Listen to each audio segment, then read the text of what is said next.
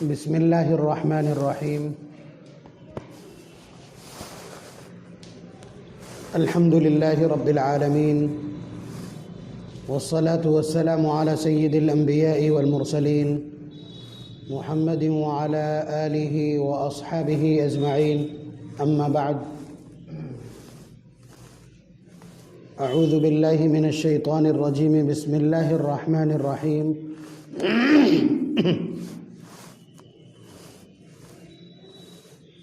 ومن يبتغي غير الإسلام دينا فلن يقبل منه وهو في الآخرة من الخاسرين. وقال النبي صلى الله عليه وسلم من أحدث في أمرنا هذا ما ليس منه فهو رد أو كما قال صلى الله عليه وسلم.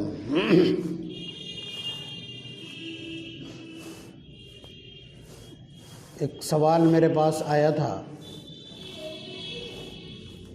کہ دولہا پوری طرح سے تیار ہونے کے بعد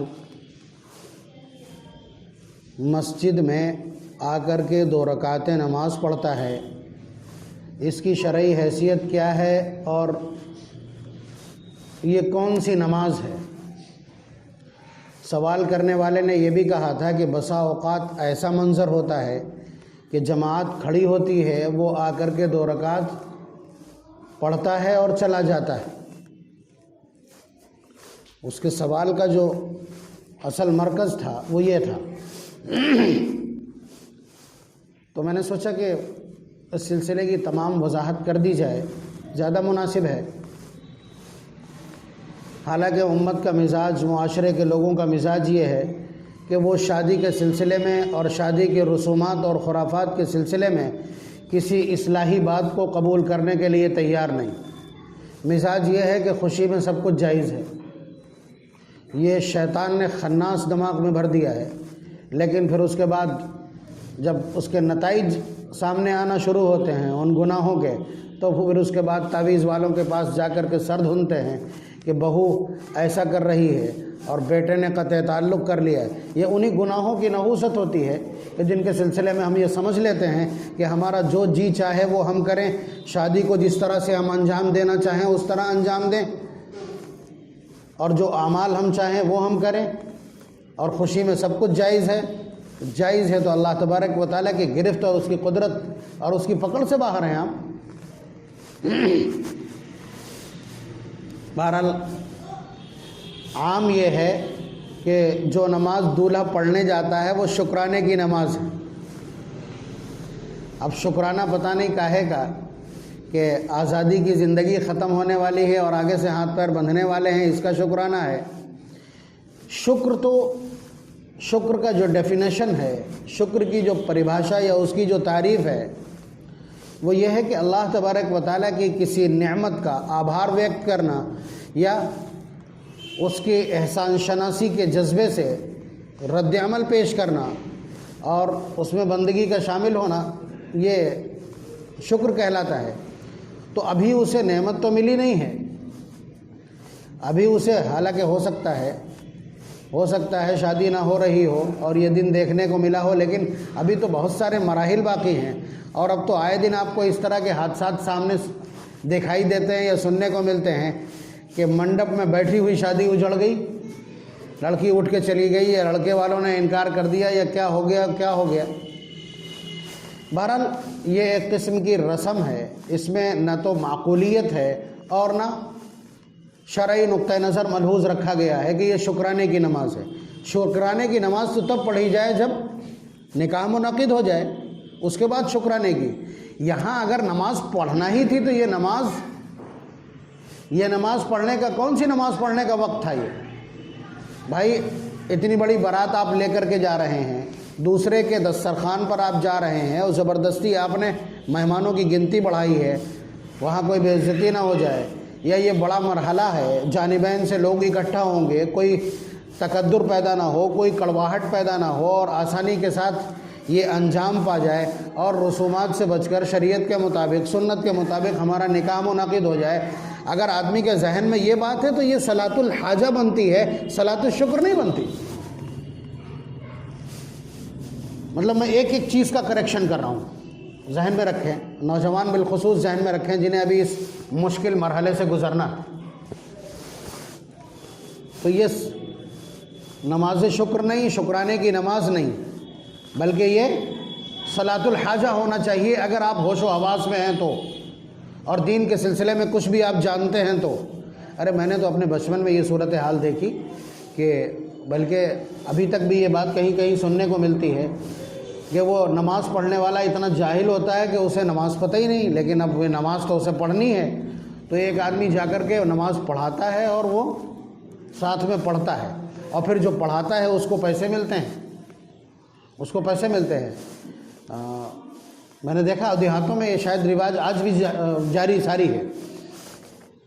تو پہلی بات، نماز کا جو نام رکھا ہے یہ نماز کا نام رکھنا غلطی ہے، یہ صلاۃ الحاجہ ہونا چاہیے۔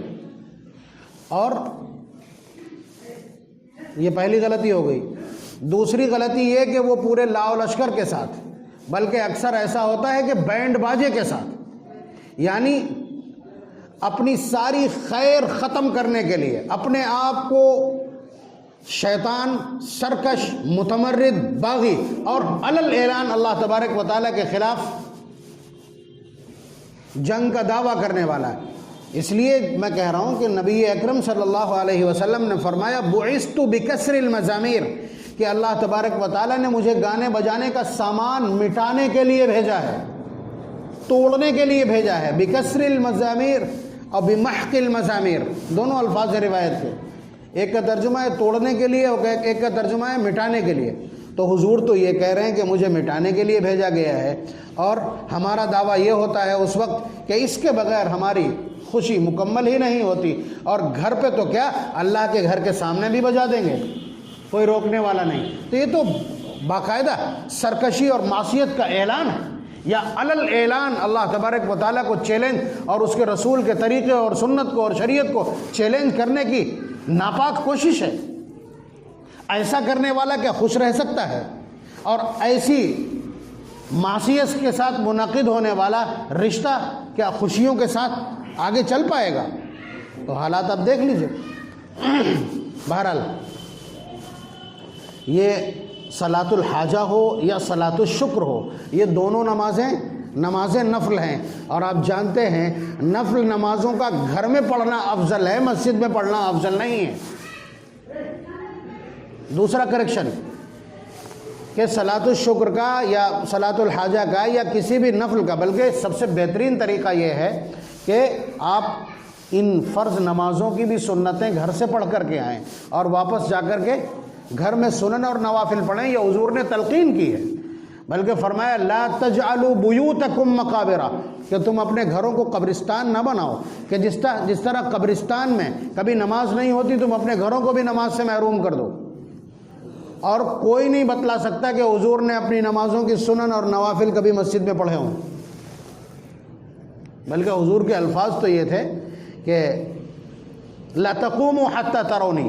حضرت بلال تکبیر کہنا شروع کر دیتے تھے، اور تکبیر جب شروع ہوتی تھی تب حضور حجرے سے نکل کر کے آتے تھے، کبھی شروع میں نکل آتے تھے، کبھی بیچ میں نکل آتے تھے۔ تو حضور نے فرمایا جب تک مجھے نہ دیکھ لیا کرو کھڑے مت ہوا کرو۔ تو حضور باقاعدہ اپنے حجرے مبارک کے اندر سنت اور نوافل پڑھا کرتے تھے۔ اور ہمارے لیے یہ ہے کہ زندگی میں پہلی بار نماز پڑھنے جا رہے ہیں، وہ مسجد میں آ کر کے، وہ بھی گانے باجے تماشے کے ساتھ، تو یہ تو شریعت کا تماشا منانا ہے۔ تو یہ دوسرا کریکشن کہ یہ گھر پہ پڑھی جانا چاہیے تھی۔ تیسرا کریکشن یہ ہے کہ آپ کو معلوم ہے کہ پیشانی کا سجدے میں زمین پر لگنا فرض ہے۔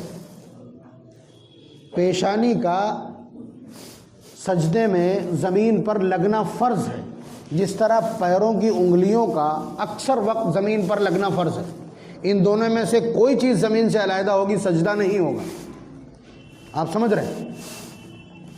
اور آپ کو معلوم ہے کہ وہ اندر وہ ریڈی میڈ ٹوپا بھی پہنے ہوتا ہے، اوپر سے وہ صافہ بھی باندھے ہوتا ہے، پھر اس کے بعد پھولوں کا گچھا بھی ہوتا ہے، پھر عورتیں کیا کیا باندھیں کچھ کہا نہیں جا سکتا۔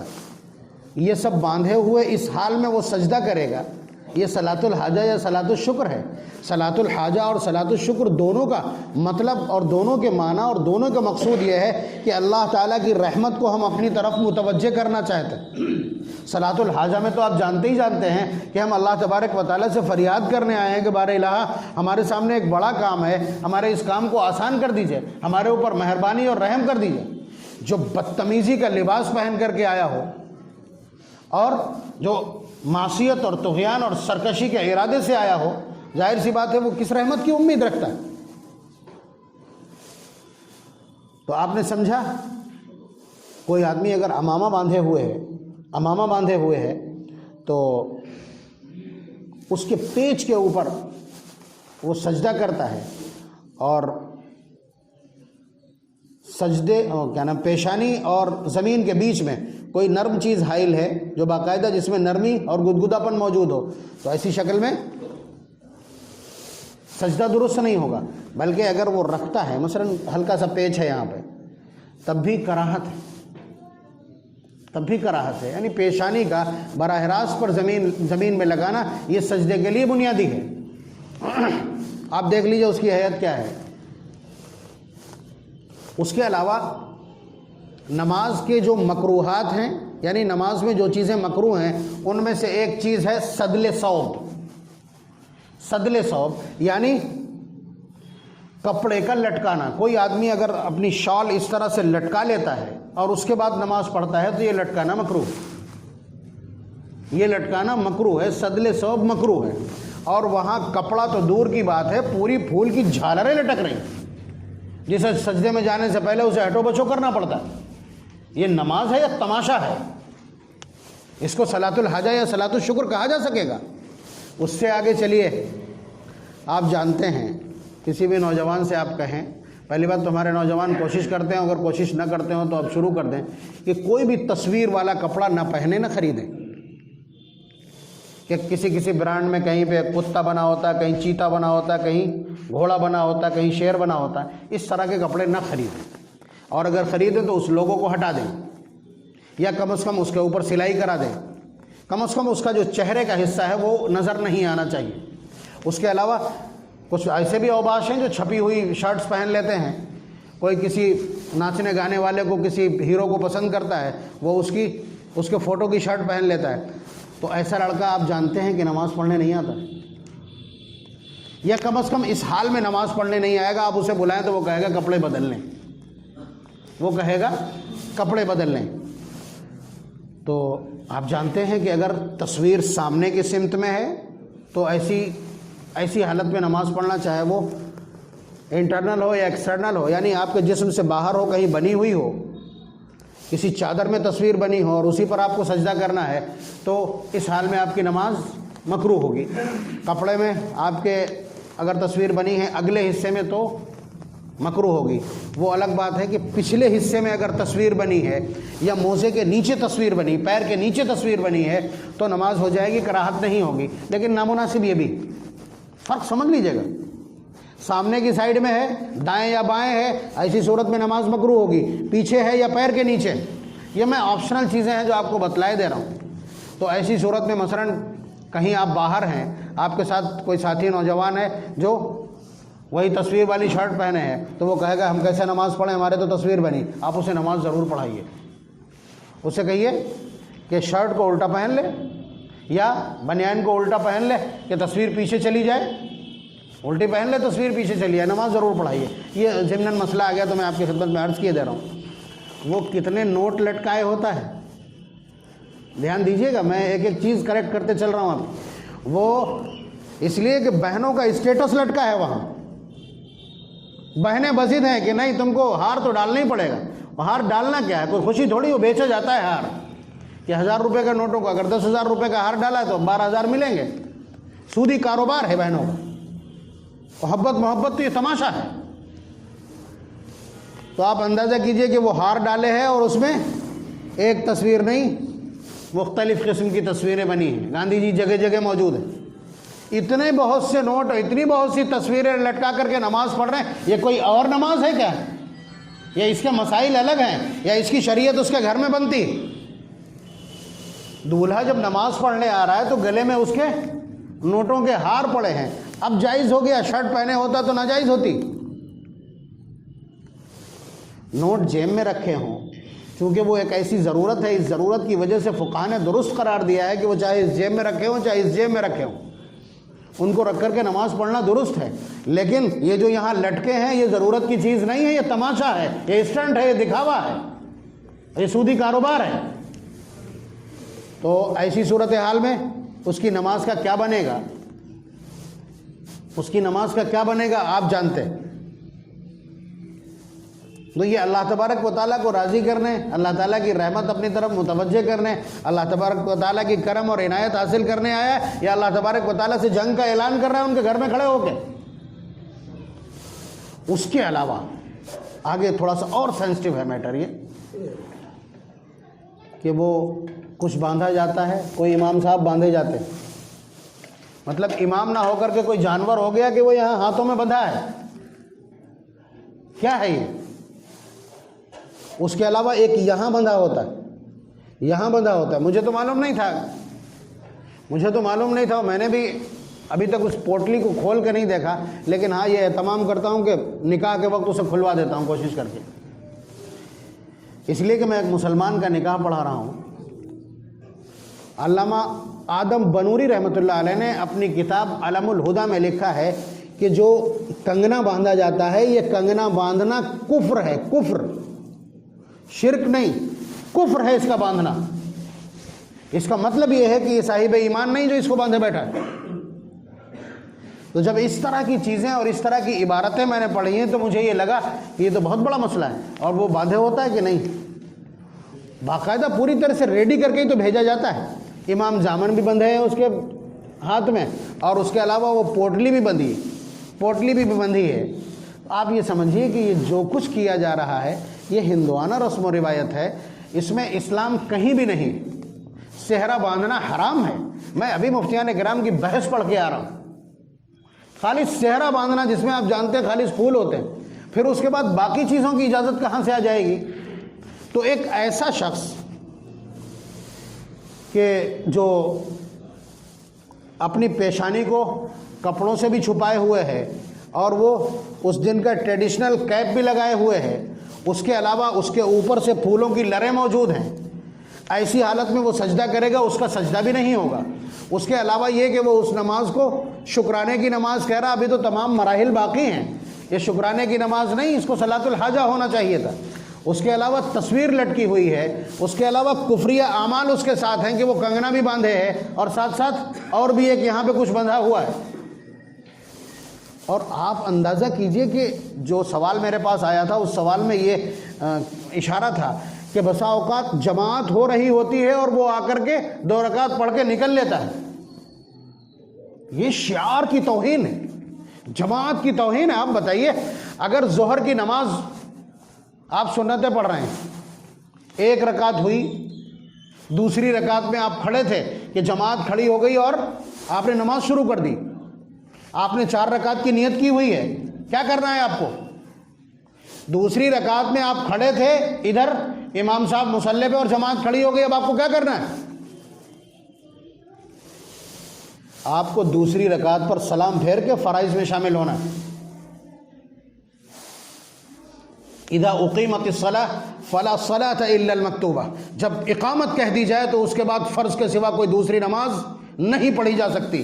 فجر کی سنتوں میں اجازت دی ہے کہ اس میں تاکید زیادہ ہے, اس کے لیے بھی یہ ضروری ہے کہ اگر یہاں فجر کی نماز جماعت ہو رہی ہے تو آپ ان صفوں میں فجر کی سنتیں نہیں پڑھیں گے. چاہیے تو یہ کہ وہاں پڑھیں جا کر کے, جو وضو خانے کے سامنے کا حصہ خالی پڑا ہوا ہے فجر کی سنتیں وہاں پڑھیں, اس حصے میں آپ نہیں پڑھ سکتے.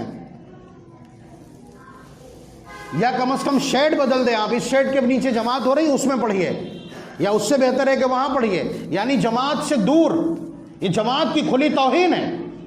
وہ نفل پڑھ کر کے کوئی اچھا کام نہیں کر رہا, گناہ کر رہا ہے. وہ نماز پڑھ رہا ہے مگر گناہ کر رہا ہے. نبی اکرم صلی اللہ علیہ وسلم کا ارشاد اذا اقیمت الصلاۃ فلا صلاۃ الا المکتوبہ, جب اقامت کہہ دی جائے تو فرض نماز کے سوا کوئی دوسری نماز نہیں پڑھی جائے گی. آپ نماز پڑھ رہے تھے, اپنی 4 رکعت سنتوں کی آپ نے نیت کی تھی, حکم یہ ہے کہ 2 پر آپ سلام پھیریے اور جماعت میں شامل ہوئیے. اس کے بعد چاہے تو آپ 4 اکٹھا پڑھ لیجئے گا بعد میں، لیکن آپ کو اس وقت اپنی نماز مکمل کر کے فرائض میں شامل ہونا پڑے گا۔ اور اگر نماز ہو رہی ہے اور آپ آئے ہیں، آپ کہیں میں نے فجر نہیں پڑھی تھی، پہلے فجر پڑھ لیں، نہیں، آپ کو فرائض میں شامل ہونا پڑے گا، اس لیے کہ آپ صاحب ترتیب نہیں ہیں۔ تو کہنے کا حاصل یہ ہے کہ وہ جو شکرانے کی نماز پڑھنے آیا ہے اور یہاں فرائض کو چھوڑ کر کے اس کے بعد جا رہا ہے، وہ تو محرومی اس کا مقدر بن جائے گی۔ اور اس کے علاوہ اتنا بڑا کہ فرائض ابھی چھوڑ رہا ہے، فجر نہیں پڑھی تھی، شکرانہ پڑھنے آیا ہے، اور سامنے فرض چھوڑ رہا ہے، اور اب جس وقت وہ دولہا بنا ہوا ہوگا، کسی کی اتنی ہمت نہیں ہے معاشرے میں سے کہ اس سے کہہ دے کہ چلو نماز کا ٹائم ہو گیا۔ ایسے منہ پہ رومال رکھے ہوتا ہے کہ وہ آج بول نہیں سکتا، نماز کیا پڑھے؟ کیوں؟ اس وقت کیا اس کے پاس سے اسلام اور فرائض ہٹ گئے، وہ کافر ہو چکا ہے، حرکتیں اس نے تو وہی کی۔ تو یہ باتیں میں اس لیے عرض کر رہا تھا، میرے پاس سوال آیا تھا کہ دولہا آتا ہے اور اسی طرح 2 رکعت پڑھ کے چلا جاتا ہے، فرض نماز ابھی باقی ہوتی۔ فرض نماز کی اہمیت یہ ہے کہ جب اذان دے دی جائے تو آپ مسجد سے باہر نہیں نکل سکتے، مسجد سے باہر نکلنا مکروہ ہے آپ کے لیے، الا یہ کہ آپ کہیں کے امام ہو، جیسے مولوی راشد صاحب جمعہ وہاں پڑھاتے ہیں، یا اذان ہو جاتی ہے اس کے بعد جاتے ہیں، تو ایسے لوگوں کے لیے تو درست ہے جو کہیں نماز قائم کرتے ہوں، کہیں کے مکبر مؤذن ہو یا امام ہو، وہ تو جا سکتے، باقی عام آدمی نہیں جا سکتا مسجد سے باہر۔ یہ فرض نماز کی اہمیت اور اذان کی اہمیت اور اس کا پروٹوکول ہے، اور یہاں تو جو مرضی ہے وہ ہو رہا ہے۔ بات یہ ہے، اگر آپ کو جانتے ہیں تو بتائیں، نبی اکرم صلی اللہ علیہ وسلم کے 11 نکاح ہوئے ہیں، اور حضرات صحابہ کرام جن کی تعداد 1 لاکھ ہے، ان میں سے بیشتر وہ ہیں جن کے 5 سے زائد نکاح۔ پوری ہسٹری میں کوئی ایک صحابی ایسا نہیں ہے جس نے 1 نکاح کیا ہو۔ آپ سمجھ رہے ہیں؟ تو آپ اندازہ کیجئے کہ کیا ان لوگوں نے ایسا کیا ہے؟ شریعت کے کسی کمزور سے کمزور حوالے اور کسی کمزور سے کمزور اردو کی کتاب میں تک آپ یہ دکھا دیں۔ بات یہ ہے کہ ہندوؤں کا دولہا بھی تیار ہو کے مندر جاتا ہے، اور اس کے بعد وہ کوئی بتا رہا تھا کہ کنویں میں پیر لٹکاتا ہے، یا اس کے ماں باپ کنویں میں پیر لٹکاتے ہیں تو بچہ انہیں منع کر کے کسی طرح گھر لاتا ہے۔ بہرحال یہ ان کا پروٹوکول ہے کہ وہ جاتے ہیں، اور سب کچھ جب اب ان کا صحرا ہندوانا، کنگنا ہندوانا، اور ہاتھ میں بندھی ہوئی پٹی ہندوانی، اور لال کپڑا باندھا جانا یہ بھی ہندوانا، سب کچھ وہی ہے، سب کچھ وہی ہے، سر پہ جو وہ رکھا ہوا وہ بھی وہی ہے۔ تو اسی لیے اسٹنٹ بھی ویسے ہی ہے، بس یہ ہے کہ مندر نہیں جا سکتے تو مسجد آ گئے۔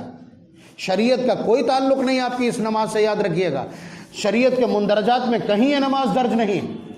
پڑھنا ہے فرائض کی پابندی کیجئے، اور اگر پڑھنا ہے تو 2 رکعت صلاۃ الحاجہ گھر میں پڑھیے، نوافل گھر میں پڑھنا افضل ہے۔ پوری بات سنی نہیں ہے آدھے لوگوں نے، اس لیے مسائل کو بھی سمجھیے۔ ایسے مواقع پر جب ہم کو اللہ تبارک و تعالیٰ کی مہربانی اور عنایت اور توجہ کی ضرورت ہے، ایسے وقت میں اللہ تبارک و تعالیٰ کے خلاف ان کے گھر میں آ کر کے، ان کے دروازے پر آ کر کے اعلان جنگ کرنا، باجے تماشے کے ساتھ آ کر کے نماز کا مذاق اڑانا، جماعت کا مذاق اڑانا، اس کا مطلب یہ ہے کہ محرومی خود چاہتے ہیں۔